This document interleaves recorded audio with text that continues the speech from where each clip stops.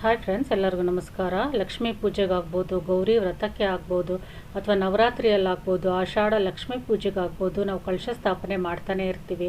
ಸರಳವಾಗಿ ಕಳಶ ಸ್ಥಾಪನೆ ಮಾಡುವ, ಕಳಶಕ್ಕೆ ಅಲಂಕಾರ ಮಾಡುವ ವಿಧಾನವನ್ನು ಈ ವಿಡಿಯೋದಲ್ಲಿ ತೋರಿಸ್ತಾ ಇದ್ದೀನಿ.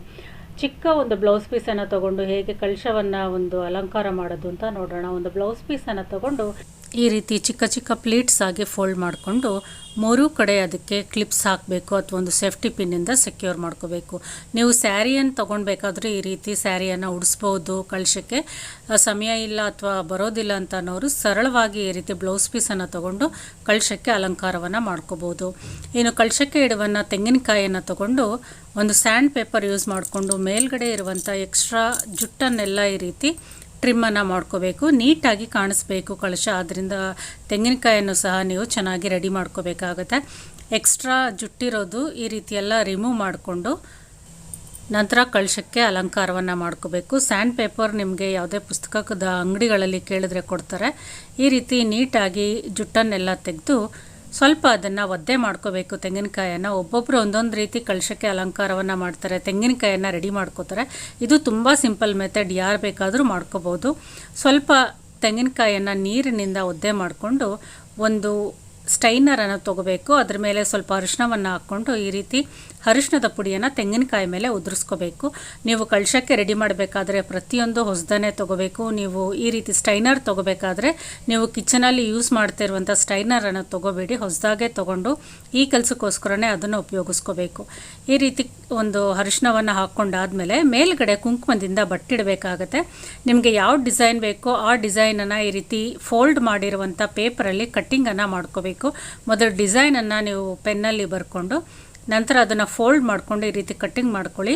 ನಿಮಗೆ ಇಷ್ಟವಾದಂಥ ಒಂದು ತಿಲಕದ ಆಕಾರವನ್ನು ರೆಡಿ ಮಾಡ್ಕೋಬೋದು. ನಂತರ ಕಳಶದ ಕಾಯಿ ಮಧ್ಯಕ್ಕೆ ಸರಿಯಾಗಿ ಆ ಪೇಪರನ್ನು ಇಟ್ಕೊಂಡು ಸ್ವಲ್ಪ ಒದ್ದೆ ಮಾಡಿಕೊಂಡು ಮೇಲೆ ಕುಂಕುಮವನ್ನು ಈ ರೀತಿ ಇಟ್ಕೋಬೇಕು. ತುಂಬ ಚೆನ್ನಾಗಿ ಬರುತ್ತೆ, ತುಂಬ ನೀಟಾಗಿ ಕಾಣಿಸುತ್ತೆ. ಕಳಶ ಅಲಂಕಾರ ಸಕ್ಕದಾಗಿ ಬರುತ್ತೆ. ಈ ರೀತಿ ಕುಂಕುಮವನ್ನು ಇಟ್ಕೊಂಡು ಪೇಪರನ್ನು ನಿಧಾನಕ್ಕೆ ತೆಗೆದ್ರೆ ನೋಡಿ ಈ ರೀತಿ ತೆಂಗಿನಕಾಯಿ ಅಲಂಕಾರ ಮುಗಿಯುತ್ತೆ.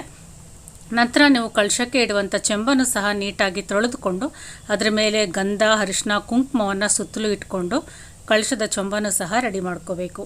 ಇದು ಕೇವಲ 10ರಿಂದ 15 ನಿಮಿಷದಲ್ಲಿ ನಿಮಗೆ ತೆಂಗಿನಕಾಯಿ, ಕಳಶ ಎಲ್ಲ ರೆಡಿಯಾಗಿ ಹೋಗುತ್ತೆ. ಮೊದಲನೇದಾಗಿ ಒಂದು ಪೀಠವನ್ನು ರೆಡಿ ಮಾಡಿಕೊಂಡು ಪೀಠದ ಮೇಲೆ ಅಷ್ಟದಳದ ರಂಗೋಲಿಯನ್ನು ಬರ್ಕೋಬೇಕು. ಒಂದು ತಟ್ಟೆಯಲ್ಲಿ 5 ಹಿಡಿ ಅಕ್ಕಿಯನ್ನು ತಗೊಂಡು ಅದರ ಮೇಲೆ ಉಂಗುರದ ಬೆರಳಿನಿಂದ ಸ್ವಸ್ತಿಕ್ ಅಥವಾ ಓಂ ಅನ್ನು ಬಿಡಿಸ್ಕೊಳ್ಳಿ. ಅದರ ಮೇಲೆ ಸ್ವಲ್ಪ ಅರಿಶಿಣ, ಕುಂಕುಮವನ್ನು ಹಾಕ್ಕೊಳ್ಳಿ. ನೀವು ತಟ್ಟೆ ಬದಲು ಬಾಳೆ ಎಲೆಯನ್ನಾದರೂ ತೊಗೋಬೋದು, ಅದರ ಮೇಲೆ ಅಕ್ಕಿಯನ್ನು ಹಾಕ್ಕೋಬೋದು. ಇನ್ನು ತಟ್ಟೆ ಮೇಲೆ ಕಳಶದ ಚಂಬನ್ನು ಇಟ್ಟು ಅದಕ್ಕೆ ನೀರನ್ನು ಕಂಠದವರೆಗೂ ತುಂಬಿಸ್ಕೋಬೇಕು.